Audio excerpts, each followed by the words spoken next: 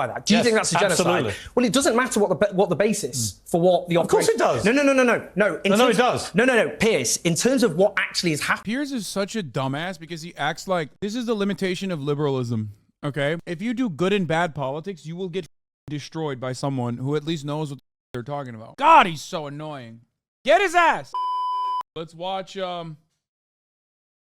this for now. Joining me now is the socialist commentator Owen Jones. Owen, you've been sitting there patiently. Your response to Mark Regev there? A grotesque inversion of reality. I mean, the thing about Israeli spokesperson like that is if I was told the sky was blue, I'd go out the window and check just to be sure. What did he say that's wrong? For one thing, talking about the hospital being used as a terror base. Now, let's just bear in mind that Israel's spokespeople have a long track record of lying through the back teeth. When they shot in the head, for example, Shireen Abu Akleh, they said for months and months and months it was Palestinian gunmen. It wasn't. They shot her in the head. James Miller, a brilliant British documentary filmmaker, shot dead 2002 by the Israelis. Years later, of course, after they denied it. You wouldn't believe Hamas and their version of events either, would you? Well, that's why I depend on what aid agencies the United Nations are saying on the ground, which is that collective punishment is being unleashed against the Palestinian people. I mean, look... You should also mention that, like, the Hamas-backed Gazan Health Ministry has, and I will say this with my entire fucking chest, a longer track record of consistently telling the truth than the IDF does. It's not even a question. Yeah, they took out the last 15 seconds or so with the Israeli soldiers shown on the laptop. I think that's why they took it out, to hide her identity or something. We can see already the evidence they've been unveiling for what they said was a terror hub, including showing CDs and a computer. What they've done to that hospital is, firstly, because they cut off energy in a total siege, which they justified by saying they were fighting human animals, which should be considered genocidal rhetoric, has been condemned as such. Well, it should certainly be condemned, and they should not have the ability, Israel, to cut off water and power and fuel. That is collective punishment. Can we agree? Under Article 33, that's against the law. It's a war crime. Can we agree? I think we should have some consensus. I would argue you're heading towards collective punishment when you do that. You're not heading towards collective punishment when you cut off energy and water to the entire civilian population. Except to play devil's advocate and to give their side of it, which I've heard repeatedly. Take the issue of fuel. They want to try and get fuel in, the Israelis, as they've said, to the hospitals, to the humanitarian side of this, but they know that Hamas are taking that fuel and using it for their military. The hospital authorities, who we should listen to, have rebutted those accusations. Look, what's happened here is babies right now are gasping for breath and suffocating. We've had several nurses and patients shot dead. In fact, this whole hospital has been described by medical staff as a mortuary. But you don't know. When a hospital becomes a mass grave, when dozens of decomposing bodies have to be buried in a mass grave in a hospital, we're talking... What you said, can I just quote something you said about Putin? And I think this was very wise. You said... in March 2022, I'm seeing a genocidal monster killing women and babies in maternity hospitals as we sit back and let him do it. Why was it so disgraceful? But you were right. You were right to be emotional. Here's the difference. Why when you see this hospital, is there not the same fury? Let me explain. Here's the difference. The babies, did they have a copy of Mein Kampf? Here's the difference. Babies were Ukrainian and rotten. Because the two are, in my opinion, morally very different. In one case, Vladimir Putin's illegal invasion of Ukraine, he was committing war crimes, having illegally invaded wait a second, let me finish. Having invaded a sovereign democratic country. Here, it was Israel that was invaded by a vast number of terrorists who murdered over 1,500 innocent men, women, children. They kidnapped 240 people, including babies, children, Holocaust survivors. So my point is, morally, there is a massive difference. Hold on. Morally, it's a massive difference. Now, the question of the hospital, wait a sec. The question of the hospitals is this to me. They have so far produced some evidence of Hamas. Dude, what the fuck are you saying, you goddamn charlatan? Hey, dumbass, war crimes are war crimes. It doesn't matter, like, who struck the first shot, even though... to say that October 7th is the first time anything happened in the apartheid regime is ridiculous. God, he's so annoying. Get his ass. Operating inside the hospital. For me, so far, as a journalist trying to be fair and impartial, I don't think, as you've heard me say to Mark Reged, I don't think I've seen enough evidence here which says to me this was a sprawling command centre. But there is a moral difference between what Putin's doing in Ukraine and what Israel's doing to defend itself against Hamas, isn't there? Hold on. Isn't there? No, absolutely. No, sorry, this is the difference, okay, if you want to talk about that or trying to separate them. For a Ukrainian ordinary civilian being killed or for an ordinary Palestinian child being killed, both equally awful. None of them did anything wrong. No. We agree on that, don't we? Yes, we do. We absolutely agree on that. Yes, we do. Now, when you repeatteitedly denounced Putin for his genocidal behaviour in Ukraine, do you stand by that? Do you think that's a genocide? Absolutely. Well, it doesn't matter what the basis for what the operation... Of course it does. No, it does. No, Piers, in terms of what actually has happened... Piers is such a dumbass because he acts like this is the limitation of liberalism, okay? If you do good and bad politics, you will get fucking destroyed by someone who at least knows what the fuck they're talking about. Dog, Putin has made justifications as to why he needs to invade Ukraine as well. Okay? Whether it be NATO incursion or Ukraine being in the Western sphere of influence or my favorite, the denazifying Ukraine strategy. Okay? That doesn't make it right. That doesn't make it righteous, and that doesn't make it correct. So you can't fucking turn around and be like, but Israel's invasion protocols are actually totally justifiable. Because they said that they are denazifying Gaza. You can always say this. The idea that, like, we don't believe Russia when they say they're denazifying Ukraine, but we do believe Israel when they say they're denazifying Gaza is ridiculous. No, this is not sticking up for Azov. I have covered the Azov battalion and us arming them and training them for years, okay? Years prior to Russia invading Ukraine, as a matter of fact. Something that liberals conveniently fail to mention whenever they shit on me for my coverage over Ukraine. Oh, I'm doing pooty-poo Vladimir Putin propaganda. This does not justify invading Ukraine. My position on this is clear. We can talk about the massacre, the obscene massacre of 1,000... What Israel's doing is not genocide. Piers. You can't keep saying no. Let's talk about genocide. Let's talk about genocide. Yeah. Why is it? Let me tell you the difference between genocide. Let me put something to you, and you come back at me and tell me if I'm wrong. Hamas, from its charter onwards, and from the spokesman said last week, is dedicated to the eradication of Israel and killing as many Jews as it can possibly kill. That is the purest definition of genocide intent that you will ever see. And they executed it on October the 7th as best they could. Now, what Israel's doing in response, and they've been very firm about this, and the international courts... How can you point to the fucking Lebanese Hamas guy saying Israel's occupation on the Palestinians makes it so that 1,000 fucking October 7th is justifiable, which is not a statement I agree with, by the way, mind you, and is a very violent statement for the record, okay? That is indicative of someone's genocidal intent.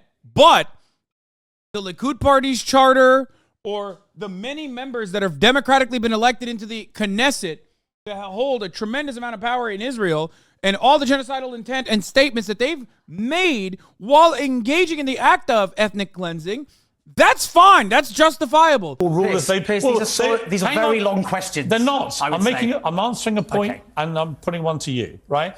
In my estimation, they are qualitatively different. What Hamas is publicly what it's doing is genocide. What Israel's doing is not genocide. There's a difference between what Israel, you could say both Israel and Hamas have engaged in genocidal and murderous rhetoric. No. And I'll give you an example. Yes, they have. No, you can't. Benjamin Netanyahu. I can. Is it uncensored or not? Yes. You can say Let me quote what the Israeli authorities have said. Go on. Benjamin Netanyahu, when he quoted Amalek, the scriptures, what does Amalek say? He quotes Amalek when they attacked the Israelites. And what God told the Israelites to do was to kill every man, woman, child, and livestock. If, I would put it to you, an Islamist leader was quoting a similarly genocidal passage from the Quran, you would not, I would say, hesitate. Can I respond? We haven't but you've had a lot. Respond to that I'm going to respond just quickly. Israeli officials said that Gaza will end up being a city of tents with no building standing. That they are attacking for damage, not for accuracy. The Agricultural Minister, Avi Dikti, he said we are rolling out a new Nakba. A Nakba is the mass expulsion, 700,000 Palestinians in 1948. This is why hundreds of genocide scholars, people who are actually, unlike you and I, experts in the field of genocide studies, fear that a genocide is taking place. So the difference between Israel and Hamas is Hamas does not have the capacity to wipe out Israel. Russia is objectively less brutal with just as much potential to enact harm. Israel is far worse than Russia enacting an actual genocide. This equation is ridiculous. Fuck Russia, but be fair. I said this before. If we're doing lesser evil politics, Hamas is less evil than Israel, okay? With the amount of civilian to military casualties that they engaged in on October 7th, in comparison to the fucking month-and-a-half long bombing campaign and subsequent 2-week long boots on the ground invasion, Israel has done far worse. Like, just looking at the numbers on the board, nothing else. That's just a factually accurate statement. The debate bro response to this is to point out genocide can't be justified. Ask Piers if he thinks Jews had actually been controlling the media and if that would justify the Holocaust. I mean, basically, yeah. This comes from the endpoint for liberalism, is that, like, because there's no materialist analysis there, you ultimately have to go back to, like, good and evil and, like, spiritual things, idealisms. And you have to say things like, well, actually, Israel is the good guys here and Hamas is the bad guys here. Okay? Problem is, when you say that, see, look, this guy went, then Nazism is less evil than communism just by the numbers. First of all, the numbers of directly murdered under Nazism versus the numbers directly murdered under communism are not comparable. Over the time, you have to look at the murders done by the state per the time frame that they engaged in it. That is why the double genocide theory is inherently anti-Semitic and also a type of Holocaust revisionism that weirdos in the West engage in. You can't come in here and be like, actually, what about 100 million killed by communists? When the 100 million dead literally features those who could have been born, who weren't born as a consequence of famine, Nazis that were literally killed in the hands of the Red Army, pretty much everything, like unborn Nazi children as well. When you look at the actual, I'm not saying it is both bad. No, shut the fuck up. There is no both sides in this circumstance. Get the fuck out of here. Look at the fucking allied military and allied civilians as a percentage of total deaths. Fuck out of here with this bullshit. So you're already wrong. You're already fucking wrong on the numbers. And you tried to do it in a way where you're like engaging in Holocaust revisionism. And it's an idiotic assessment. The correct one you could have made is like, well, look at the German casualties in Nazi Germany, right? Look at the German civilian population casualties in Nazi Germany. Was that not justified? Well, we did the Geneva Conventions afterwards, so I feel like the people who carried out those acts don't consider it to be justified. I'm just saying. You don't have to literally point to the one part of World War II that is like, questionable. Oh, you didn't see the pie chart? Here. It's also ridiculous to compare Hamas to the Nazis in this circumstance. You have to be the most disingenuous person to make such a comparison, because the militarized death machine, the machine of death in this circumstance, if we're looking at the two parties, and whichever one is like both ideologically, for like whatever religious or ideological reasons as to why they're committing these atrocities, and also has the capacity to commit atrocities, and has a machine that is committing such atrocities, if we're looking at these two parties, the one that's closer to that comparison is Israel, not Hamas. Get the fuck out of here. One has an apartheid state. The other one is a reactionary, retaliatory, militant faction that has been born out of the violence that people have been subjected to under such gruesome and violent conditions. It's fucking so stupid. One has nukes. Shut the fuck up. Israel is wiping Gaza off the map. But that's the point. But no, you've actually exposed the weakness in your argument. Israel does have the ability to kill everyone in Gaza tomorrow, and they're not doing it. Oh, in fact, well, hang on. What they're doing, and it's indisputable, they are issuing a number of warnings repeatedly to people to go south. Wait. And stay out of northern Gaza, right? And then they're pulverizing it with airstrikes, and now they've gone in on the ground, and they're waging battle with Hamas fighters, terrorists, right? No, hang on. So my point is this. Yeah, they're pulverizing babies with airstrikes, weakening the Palestinians. and their defenses. They fortified their defenses with baby bodies. Israel could, if they wanted to, kill everyone in Gaza. They decided not to do that. Is your definition, so they're not, to be genocide is where you want to kill everyone. Sorry. So you're not considering Hamas a terror organization? Hamas has a civil governance faction and also paramilitary units. Depending on the actions conducted by said paramilitary units, it can be an organization that conducts acts of terror. October 7 is a great example of this. That is an act of terror, okay? 100%. Can't believe that it's been literally a month and a half and motherfuckers and you know, so many dead in the hands of Israel.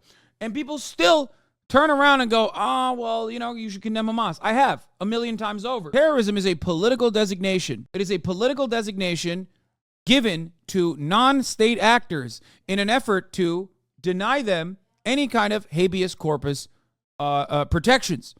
That's the real reason why people are considered terrorists. That's the reason why Israel, even though Israel deals a tremendous amount of state-sponsored militarized terror upon the Palestinian population, both in the maintenance of the apartheid state, but also in the sieges that it conducts in Gaza, is not considered a terrorist organization. Right. Your definition of genocide, because in Ukraine, Vladimir Putin hasn't killed every last Ukrainian. That's simply not happened. No, he hasn't. And nor has he stated his intention to do so, and nor as brutal and barbaric. Sorry, Vladimir Putin, absolutely, by illegally invading a sovereign country and indiscriminately bombing anything in front of him. Indiscriminately bombing. Is waging a form of genocide. Wow. Indiscriminate bombing. Gaza, more than 2 Hiroshima bombs. Yeah. Also, wait, I don't get it. Like, is he saying Israel is demonstrating restraint because they have nukes? Okay, so does Russia. Like, in the eyes of Piers Morgan, like, I guess, you know, not all nukes are considered the same. Like, at the top of the hour, there's a nuke. It's a 3-minute ad break. Now, that can be avoided. It's like a fallout shelter, maybe more than a fallout shelter. It can be avoided by subscribing for $5 or for free with a Twitch Prime. But yeah. Ultimately, Russia has fucking nukes. They could have nuked Ukraine. They could have nuked Ukraine, but they didn't. Are we going to celebrate their fucking restraint? That's ridiculous. Bombs worth have been dropped on East London in the space of 5 weeks. Okay, let me ask you two questions. No, you said Ukraine. No, I'm going to have to put this to you. Okay. 15,000 people have now been killed now by the Israelis, estimate, in Gaza. 1 in every 200 people in Gaza have now been killed. If you were to adjust for population in Ukraine, that would be 300,000 Ukrainian civilians. 300,000, there's been a terrible death toll. It's estimated by the UN, 10,000 civilians have been killed since February last year. In the space of 5 weeks, a country with a much, much smaller population has had a much higher, has had a death toll higher officially than that in Ukraine. So how can it be? I'm going to answer. How can it God, he's so British. Like, even the way he goes, be that you call that genocide, but when you have nearly half the entire civilian death toll of the Bosnian War in a country which is twice the size in terms of population, why isn't that genocide based? Well, I've just answered your question by saying if Israel wanted to commit genocide, they would simply So would Russia. They would vaporize. So would Russia. They would nuke Ukraine. Russia wants to take over Ukraine. Yes, and they want to take over Gaza. And it will kill any number of Ukrainians, men, women, and children in that process. The death rate is able to. The death rate in Gaza is much higher. The only reason it hasn't is that actually Ukraine has a large military supported by countries like the United States and is putting up one hell of a fight. Russia has nuclear weapons. Okay. And by the way, Ukraine gave theirs up. Russia has an armed force. Let me ask you. Yeah, me and Piers actually agree with this. That's crazy. Yeah. Ukraine, never give up the nukes, dog. Fucking told you, son. Never give up the nukes. No, you've got to accept this. Hang on. No. A far lower death rate in Ukraine. I've explained why. I've explained why. You haven't explained why. Yes, I have. Well, let me explain Israel again. have made it clear. You didn't hear me. Israel have made it clear that they intend to occupy Gaza permanently. Yeah, which they should not be allowed to do. And what did we can agree on that. What did the Israeli ministry leaked intelligence? What did the intelligence ministry leak? It's my interview of you. I know, but not your interview of me. Well, I think you do need to be held to account on that. Let me answer you. Well, let me ask you two questions, which I asked Jeremy Corbyn. Sure. Let's get these off the table. Do you believe Hamas is a terror group? Yes, if you engage in violence against civilian population, that's terrorism. Okay. Wait, don't do supplementaries. Let me just ask you this. What do you mean don't do supplementaries? What the fuck does that mean? No.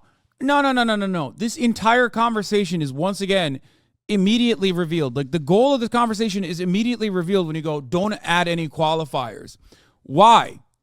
What do you mean don't add any qualifiers? Don't add any additional context to the fucking violence. What's the purpose of having a conversation then? What's the purpose of having this conversation? It's so stupid. Yeah, no, it's just to be like, yeah, Hamas is terrorists. That's why everything you do to Palestinians, because they're technically Hamas or might be Hamas or Hamas in training, Hamas in the making, is justifiable. Second question, which I asked him and she couldn't answer. Should Hamas remain in power? If I could wave a magic wand, then no, obviously there'd be an independent, let me finish. There'd be an independent Palestine, free of Israeli rule, with a secular democratic movement in power. The difference I agree with you. When you courageously stood against the Iraq war, and you were courageous for doing so what was the argument put against you? That you wanted to keep Saddam Hussein in power even though he gassed his own people, the Kurds, and committed genocide, many would argue, that he had invaded his neighbour, and that he had massacred the Shia when they rose up in 1991. Now, your argument against that was that what could happen next would be far, far worse. And you were right. That wasn't my argument. Well, that is the argument. No. Did you want to keep Saddam Hussein in power? Don't tell me what my argument was. I know what it was. I was editor of the paper that waged the campaign. Did you want Saddam Hussein to remain in power? I did not believe that they had produced any evidence that Saddam Hussein had weapons of mass destruction. I thought he had nothing to do with 9/11. Therefore, we were waging a completely irrelevant war, which I thought would stir up absolute hell in the Middle East. And you know what? I was right. Yeah. And actually, most of the architects of that war now concede they were wrong. Yeah, they were wrong. It was a horror story from start to finish. But what it did do is spark the rise of ISIS. And what the world did with ISIS was say, this crosses a moral line. We have to get rid of them. And we went after ISIS in places like Iraq and Syria and other countries. And in bombing the hell out of ISIS, a lot of civilians got killed. You just skipped a lot of very important history. Wait a minute. No, that's not what happened. Well, that is what happened. No, that's not what happened. One of the consequences of the Iraq war was that ISIS became a very powerful, for a short period of time, global terror force committing atrocity. Can I just correct your version of history? But in wiping out ISIS pretty effectively, we also killed a lot of civilians. No, what actually happened... What's the moral difference between that and what Israel's doing in Gaza? You just revised history. We were told that al-Qaeda was perhaps in league with Saddam Hussein. That was one of the justifications of invading. What actually happened after the invasion was that it became a playground for al-Qaeda, who you've missed out, I've noticed. No. And what happened... We know about al-Qaeda. I'm talking about ISIS. What happened, for example, is Fallujah, the city of Fallujah in Iraq, the Americans went in and they massacred people protesting against their rule, and many of those Sunni populations ended up driven into the arms of al-Qaeda. A brutal counterinsurgency program then resulting in mass slaughter of innocent Sunni civilians, and from that fury and anger, something even worse than al-Qaeda emerged. Piers Morgan at this moment has very successfully shifted the conversation's main focus away from Israel's horrific, historic war crimes against a broadly civilian population full of women, children, and the elderly. 73% of the people that Israel has killed has been women, children, and the elderly. Okay? And he did it. He did it very successfully. Now, Owen Jones took the bait and is going along with it and arguing against him on those conditions. Just as... ISIS. Yes. So you agree with that was... No, I'm saying that's exactly what we're seeing today. I didn't give every detail of the journey. No. I just said, out of the Iraq You've misunderstood. War, You've misunderstood. Right. They engaged in a brutal counterinsurgency I know the story. Offensive against al-Qaeda, and that caused something worse to emerge. Just as in Afghanistan... I know. Just as Afghanistan, we had 2 decades of occupation. Listen, we're running out of time. 2 decades of occupation, and the Taliban emerged stronger than ever. The same applies to both what happened in Iraq and Afghanistan. It seems to me... Because if you brutalise a population, stop talking, Owen. You will turn them into terrorists. Stop talking. Or extremists. Listen, drive them into their arms. You make a lot of good points. I agree with a lot of things you say. Yeah, I agree with a lot of things you say, but also I'm going to still keep saying I'm fair and balanced while simultaneously defending Israel by going, Israel has a right to defend itself. And also it's very different when Israel bombs a hospital. They are defending themselves from Hamas babies. Whereas when Russia bombs a Ukrainian hospital, well, they are defending themselves from the Nazi Azov brigade is what they say. But of course, I don't believe that because it's fucking bullshit. But I can't have that same level of cynicism and criticism when Israel is doing it because, it's Israel is our ally. It's an ally of the West, and its enemies are seen as enemy combatants, Muslims. right? Always have done, actually. I find the way you say them, as you do with me, quite annoying. But that's fine. You're allowed to, and we're uncensored. Come back. I want to end, if I can, with some kind of... Look, we've agreed Hamas is a terror group. We've agreed they have to go. How do we actually get peace here?